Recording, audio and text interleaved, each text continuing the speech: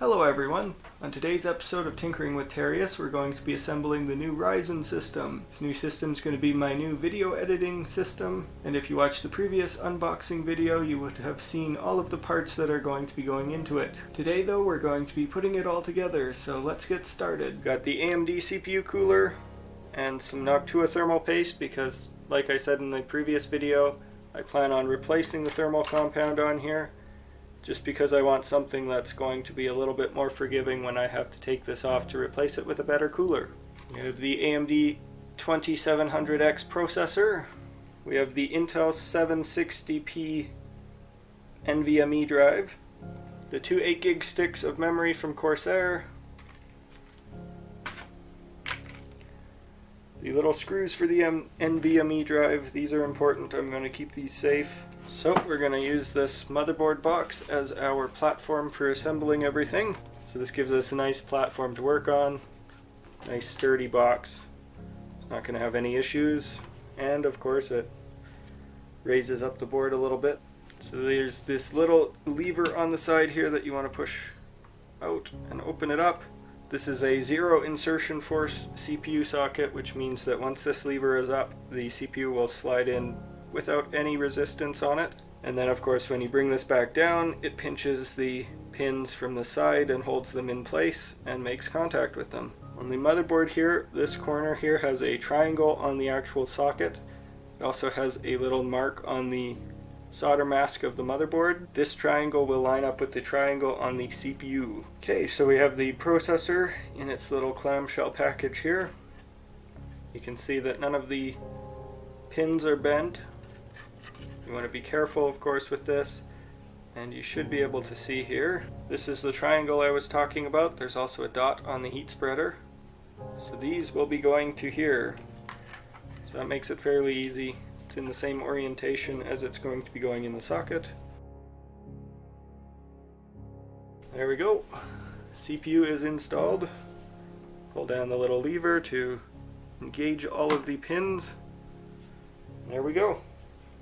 Sure it's not jiggling around. That's how easy it is to install a CPU. It's nothing terrifying. Next up, we're going to just install the NVMe drive because it's right there and I don't want to be in the way of the CPU cooler. So we're going to need to move this little nut. The drive just goes in at an angle. Push it down and you do up the screw. Here's our little tiny baby screw. I'm actually going to use my pointer screwdriver to put it in because my other screwdriver is far too big for this. There we go. NVMe drive is in.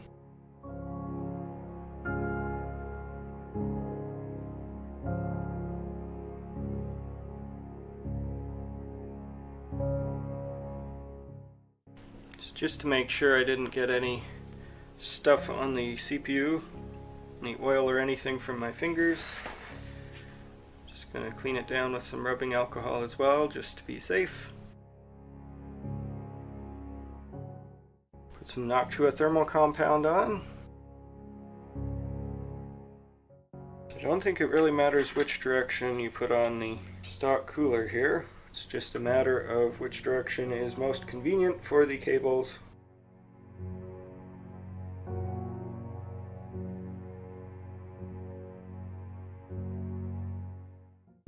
Let that squeeze a little bit, and I want to see if I put enough thermal compound on. So let's just take that off real quick. So because this has super deep grooves in the middle there, I'm actually going to just apply a little tiny bit more. Not really necessary.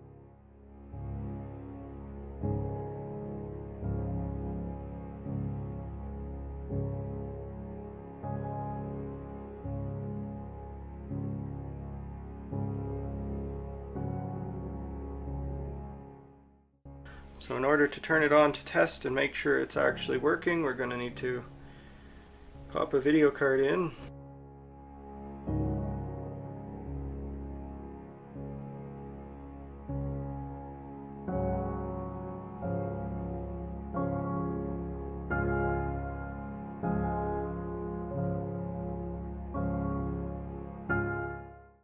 So I've hooked everything up here just on the bench as a test setup, just to make sure everything's working and there's no issues with anything.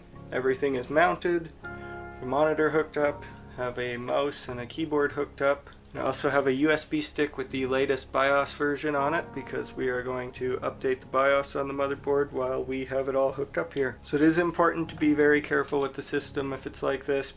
Wiggling the video card too much could damage the port, and of course shorting anything out would be very bad. Now unfortunately this board doesn't have a power button on the motherboard anywhere, so we are going to have to just jump the power pins on here, which are marked nicely on the board. To the BIOS flash utility.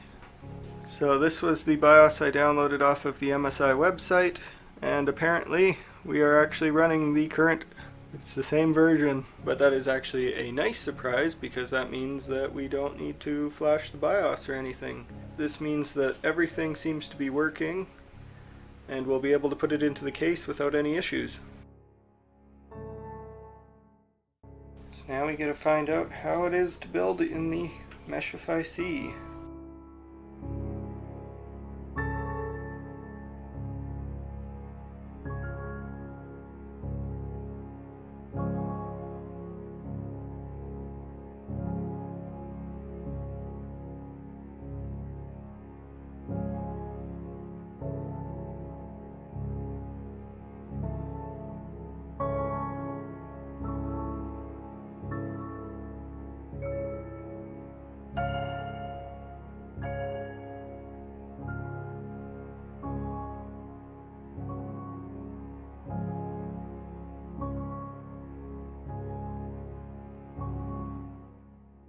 So a very nice thing, they have a little pre-mounted standoff in the middle of the motherboard that sticks up so that the motherboard sits in place and you don't have to hold it in place while trying to put in the motherboard screws. One very nice thing is how open it is to work in here. There isn't anything banging your hands or anything when you're trying to install the motherboard, so that is a really nice internal design for the motherboard tray for sure.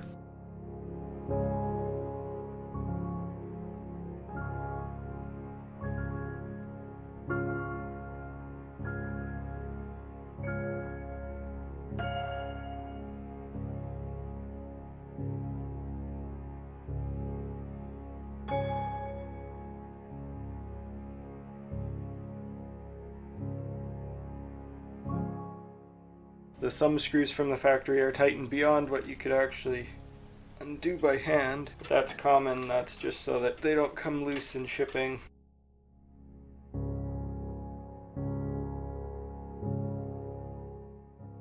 Seems like it's about time to put the power supply in.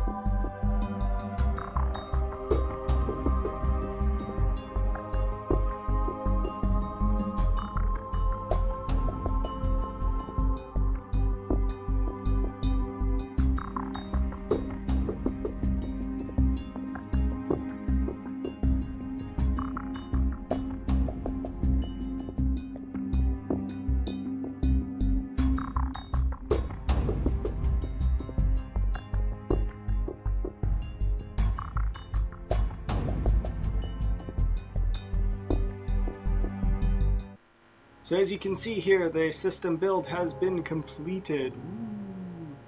And hopefully you saw that from the B-roll as well. The Meshify C was actually a pretty darn easy case to work in. It was very roomy when it comes to actually routing the cables and when it comes to working with the motherboard. The only issue I had with the case was that once the power supply is slid into its little section there, it's very difficult to plug in the modular cables into it. So I had to pull out the power supply, plug in all the cables, and then feed them through the power supply hole. Now the main reason for this is that I'm using a mechanical hard drive, so I have the hard drive caddy in there, and that takes up quite a bit of room behind the power supply. If you weren't using the hard drive caddy, then you could definitely route all the cables in there very easily, and installing those cables would be no problem. Unfortunately, I need the functionality of the mechanical hard drive cage, so I have to keep that in there. Now the other thing you may have noticed from the B-roll and from the system here is that the system has some GPU sag going on. Unfortunately, this is partially because of how the GPU was installed in the previous system. The GPU's PCB has kind of twisted a little bit over the years. I've been trying to think up a good way to kind of prop it up, and so far everything I've tried hasn't really worked. That's another downside to the Meshify C, is that there's really nowhere to attach the end of the GPU to in the case to kind of pull it up a little bit.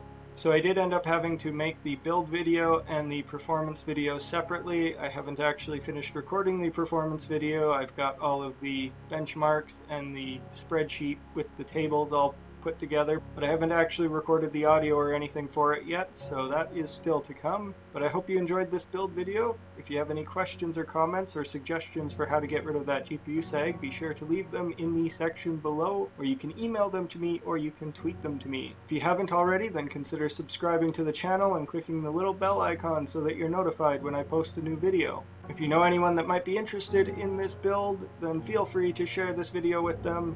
Every share helps a ton, as does every like and comment and subscriber. So thank you all for watching. I hope you have a wonderful day. And keep your eyes on the channel because the performance video will be going up in the next couple days here.